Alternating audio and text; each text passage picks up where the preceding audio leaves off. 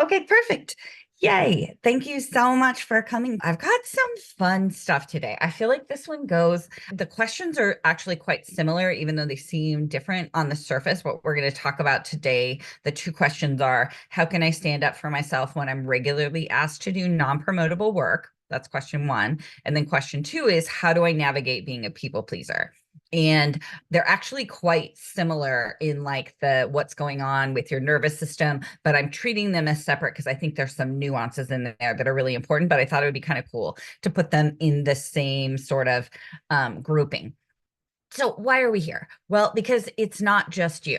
Like I have spoken to, I just looked at the numbers, over 1,500 women. Thank you all so much for showing up over the past year.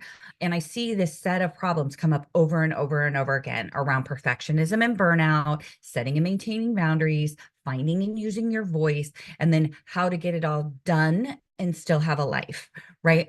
And so the goal of these sessions is to just give candid answers so that you know that you're not alone, that you have this way of being in the world, you have some other options. I love breaking down like how our socialization hits our nervous system and the results that come from that. I love that so much because I feel like if we can see where it's coming from, then we can interrupt the things that aren't serving us, that are creating outcomes in our lives that we don't want. So let's see.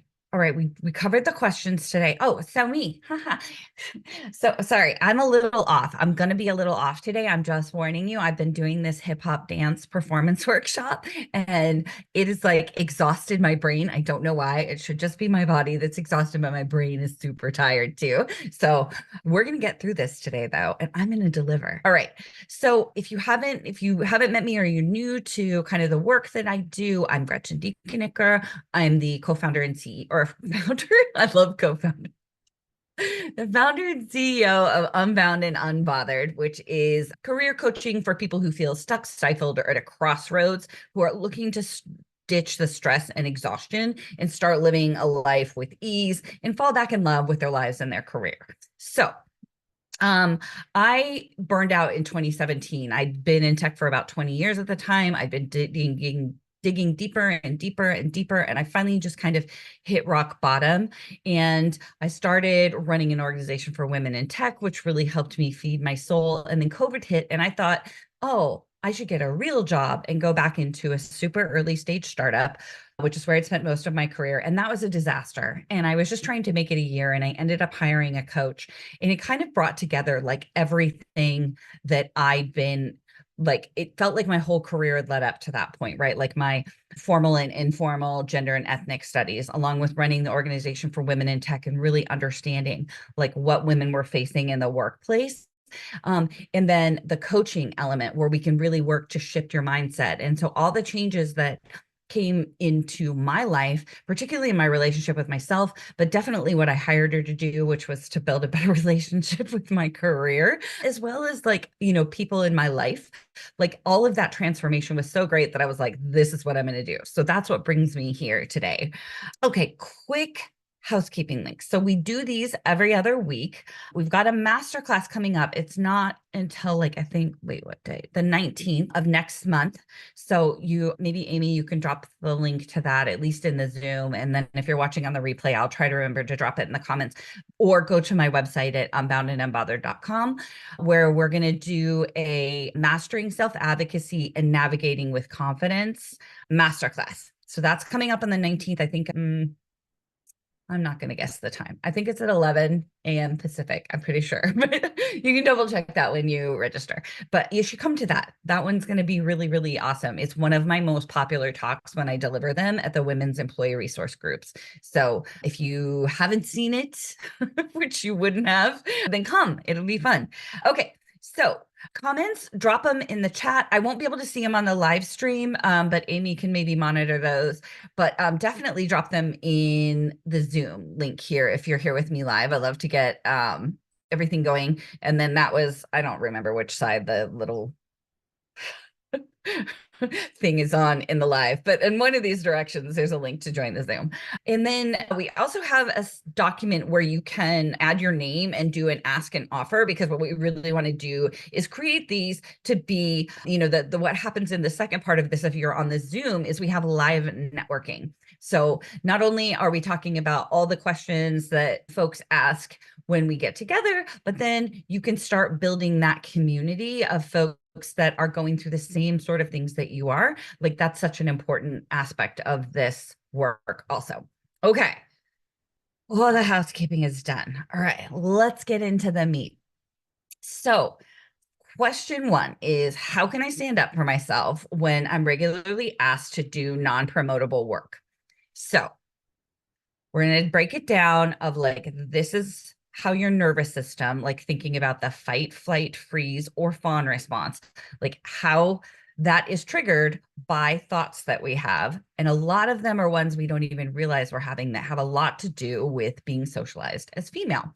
There's a bunch of things that are going on when you're saying, how can I stand up for myself when I'm regularly asked to do non-promotable work, right? So one thing epigenetically that's going to happen in any of these situations is, think back to, hunter-gatherer cave days, right? Where if like you were left out of the community, if you were ejected from the tribe, you were going to freeze to death, starve to death, or get eaten by a lion, right? And all of that is still part of our bodies today. So this desire to be likable, this desire to be a part of the community, right, is like deeply, deeply ingrained. And we can't pretend that that doesn't exist, but it's only one little teeny tiny part of this.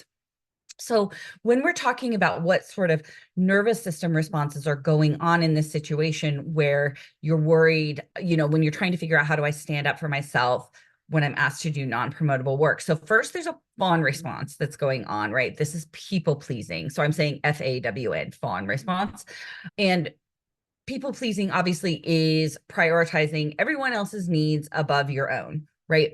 And then there's also a freeze response that's going on, like where you feel just stuck, and that's self-doubt, right? So there's the fawn response of like, I just want to do what people ask me to do, to be nice, to be likable. And then there's the freeze response of self-doubt of what will happen if I do say no, right? Okay, so why do we have these worries at all? So first and foremost, and you'll always hear me talk about this, right? People socialized as women are taught that we're responsible for other people's comfort. So if we're going to make someone uncomfortable by either saying no or asking someone else to do it, right? In this case of like, maybe you should take the notes, Chad, right? Like Chad never takes the notes. And so, but we're worried because we feel responsible. We're socialized, we're validated and praised for taking care of other people's needs, for making them comfortable. And the result of that is that we don't learn to look inward for the answer of, am I valuable? Am I worthy? We only get that from other people. So if we feel like we're going to let other people down, if we feel like we're going to make other people uncomfortable, we're going to make other people maybe not like us as much, then we're not going to get any of that validation and praise that we're doing it right. So that's always underlying like so many of these things that we're talking about. So some things that might come up are thoughts like, if I don't take the notes, I won't be a team player. If I don't take the lunch order, right, someone else will have to do it and they'll be super annoyed, right? Like, what are those things that are going on in there? Another thought that might come in here is like, I can't let them down, right? This is where my people pleasing came in my career so much of like, oh, I can't, like, I owe them so much, particularly when my round as a co-founder before was like, I just really felt so responsible. Like, these people are coming and they're working, they gave up other potential jobs to come build my dream, and I owe them so much and I can't let them down. And I really, really burned myself out in a different way in that job.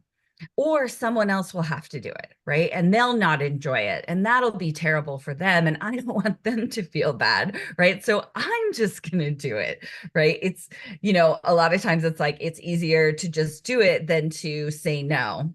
right? This is how we get into this thing where we end up, we're like, why am I always taking the notes?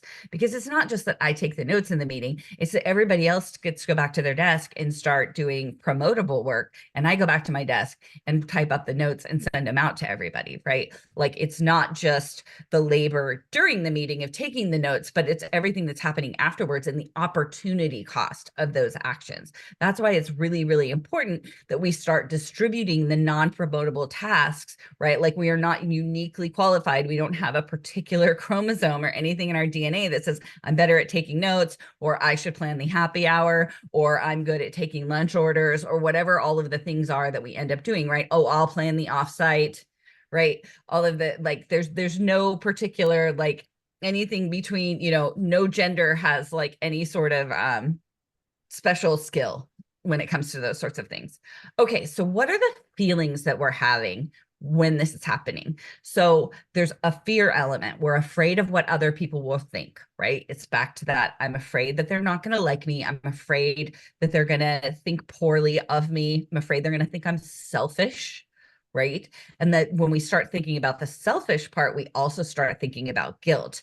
Like, oh, well, I'll feel bad. Like, I don't like taking the notes and typing them up, but no one else will want to either. And I'll feel guilty when they have to do it and they'll feel unhappy about it. So I'll just take on all of that discomfort for myself, right? We fall into that people pleasing. And then we also, in this question, there is an element of doubt, right? How can I stand up for myself? Right? There's almost that element of like, should I be standing up for myself? Am I doing the right thing? Is it going to look weird? Do other people stand up for themselves and say, I don't want to take the notes, or I don't want to do the lunch order, or whatever it is, right? So those are three really, really powerful feelings when you think about it, right? Fear, doubt, and guilt. Those are all kind of like paralyzing, anxiety producing feelings. So we can't pretend that those aren't happening in here. So, but when you think about it, come back to where the socialization hits our nervous system. Of course, we worry about being likable when we won't feel valued and worthy unless other people are telling us that we're doing a good job. Like that makes sense that we would worry about this, right? Of course, we doubt ourselves when we live in a society where we're constantly told we're too much or not enough. Right? There's no like sort of happy medium. We can't ever seem to be doing it exactly right. And so of course that's going to create a lot of doubt because you're like, is it like this? Is it like this? Is it like this? Like what's the right amount? Right? Of course we're going to doubt ourselves. And of course we feel guilty when we are socialized from a very young age to believe that we're responsible for other people's comfort, right? What's really bizarre in all of that is that we're not socialized to believe we're responsible for our own comfort. Our own comfort is optional. And that's really freaking lame. All right. So how does this show up? Like what happens in our lives? So what we end up doing is we do things so that other people won't be uncomfortable with no concern for our own happiness and comfort. Or we let other people decide things for us, or we do more than our fair share of non-promotable work because we're so worried about being liked, right? I think a lot of folks can kind of relate to this feeling. So here's my tips for you. I call them and statements. And this is where we add some nuance to sort of the judgment of ourselves, the idea of like, worrying about like, are we going to be likable? Are we going to upset other people? Are we whatever, right? Is try thoughts like this on. So I can be a team player and not take the notes. I can be great to work with and not take the lunch orders, right? I can be a solid contributor and not fill in the blank, right? Of like whatever other thing, right? So this is how you stand up for yourself. This is how you stand up for yourself in your own mind, is that you tell yourself it's going to be fine, right? We can use and statements in any aspect of our life. And actually in this second question, I'm going to give you, or maybe I changed it. So there's a few more, right? Like I can be a great parent and not yell at my kids sometimes, right? I can be a great partner and like forget our anniversary, whatever it is, right? Like, but just thinking about like, you have to give yourself permission because remember, we're in that too much and not enough, right? And when we don't give ourselves permission to be human, then this is where we run around people pleasing, because we're spending so much time trying to get that validation and praise and other people to tell us that we're doing it right. Okay, so that was question one. We're going to hop in now to question two. And question two is, how do I navigate being a people pleaser? Right. So if you're watching this on a replay, or I've cut this video up or something, there's more on this in the first, just go look at the other video from episode 4, and you'll get both of them together. Okay. So we're going to break it down like we always do. Our nervous system is triggered by beliefs from our socialization, right? So people pleasing, as we talked about, is a fawn response, right? We have this need to satisfy other people's needs, often to the detriment of our own needs. So thoughts that we might have are like, they'll be upset if I don't do this, right? Like, if they'll be upset if I don't go to the brunch, right? She'll think I'm a terrible friend if I don't text her back right now, right? Or if I don't go meet her for drinks, or whatever it is. And then we're back to that thought, I can't let them down, right? There's this thing of like, and the reason that feels that's so powerful is that we're so afraid of, like, if we let them down, then they won't like us, then they won't tell us we're valuable and worthy. It's like we're failing as humans, right? Because we're not getting any praise and validation for that action. Like, rarely do we get any praise and validation from anyone other than like maybe our best friend for putting our needs first. Like, good for you for like taking the day off and having a spa day or whatever it is, right? And then the one that drives so much people pleasing is, I don't want to be selfish. Right. If you think about it, there's this quote from this woman, Amanda Montell. She wrote this book called Word Slut, which is called like A Feminist Guide to Taking Back Language. Anyway, she has this amazing quote in it that's, the worst thing that you can call a woman is a prostitute. The worst thing you can call a man is a woman.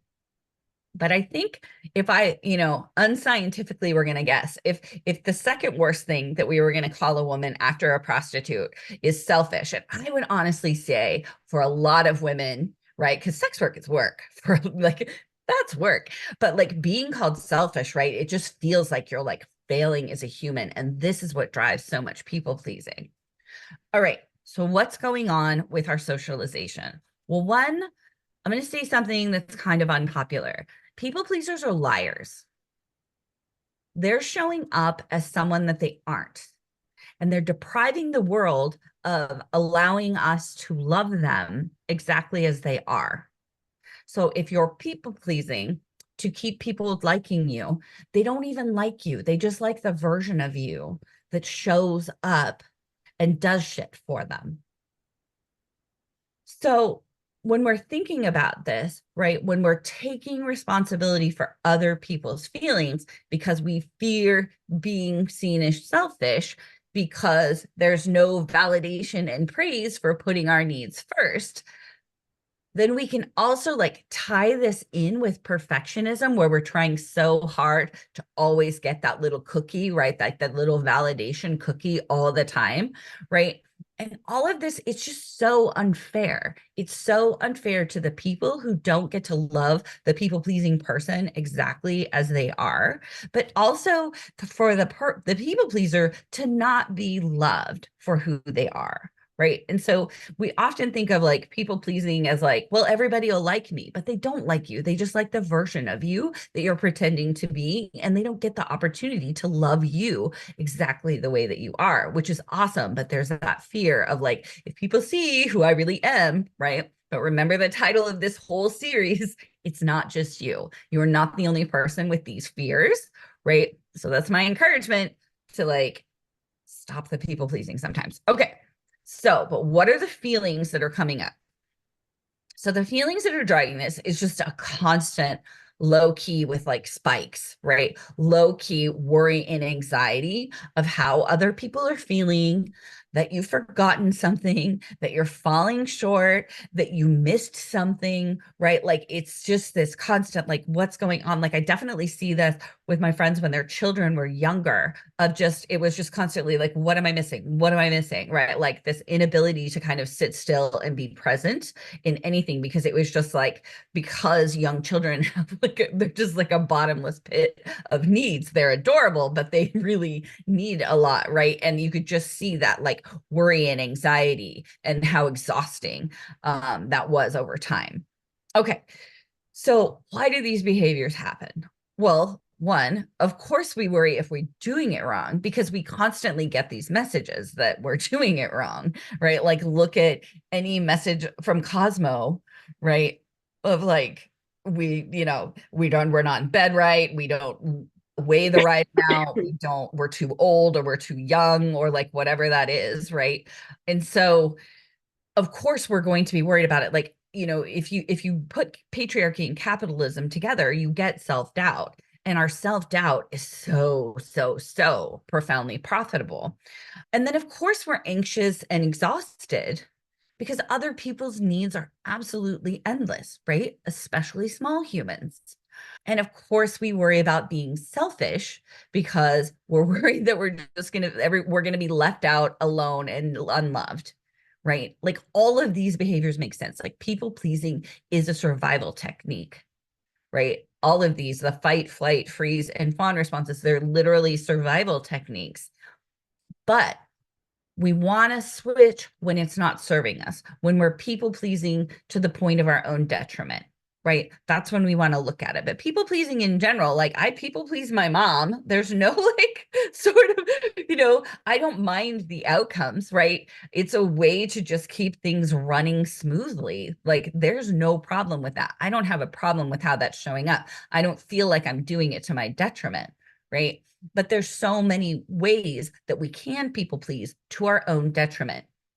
And then the outcomes that we see when we do it that way is that we become a supporting character in our own narrative. Like we're not even the lead in the like story of our lives, right? Because we're just so busy being a supporting character in everyone else's, right? And then what happens when we do that is we start to resent the people that we love the most. That really sucks. Like when you like when you have that secret resentment of the people and of course the people that you care about the most, because they're the ones who you most want to please. And then we never ever have our needs met, which just shouldn't be the case, right? Like if you are not first on your own list, then you are first on no one's list. And everyone deserves to be first on somebody's list. And if it's not yours, it's not going to be anyone's. So, and then the part that I've sort of been, beating to death here is that we don't get to be loved for who we are because we're always pretending to be someone else. And that's really like the core of it, right? Because if you understood that, like, no matter who I am and how I show up, I'm going to be loved and cared about and appreciated, right? Then you wouldn't have to do all the people pleasing things. And so the people pleasing is something we can shift in your mind. So here's some thoughts that I'm going to offer, and you can kind of take these and modify them. But what you want to do when I offer like new thoughts to think is you want to practice them with intention. So put them on a sticky note and practice, or put a reminder in your phone, or download the Think Up app and like record yourself in your own voice, telling yourself the thoughts that you're working on.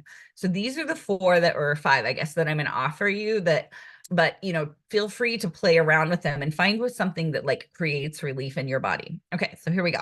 So there's always enough time to do the things that matter, and I matter. I'm always first on my list without letting anyone else down. What I have to give on any given day is always enough. I'm as generous to myself as I am to others. That's like life goals, hashtag. And then the last one is I deserve care too. And this is the one that really got me to stop people pleasing, I couldn't start with like, I prioritize my needs. Like I had a goal of prioritizing my own needs, particularly when it came to my family. But when I just started with I deserve care too, that really created space for me, because Because I think the fear was if I start caring for me, that's going to be to the detriment of someone else. But the idea of like, oh, there could just be a bigger pie with more care and I'm included in that bigger pie, that was really powerful. All right. So those are the two questions for today. I'm going to stop the live stream. If y'all want to, from the live stream, want to come and play with those kids over here on the Zoom, you have the link for that. And we'll see y'all next time.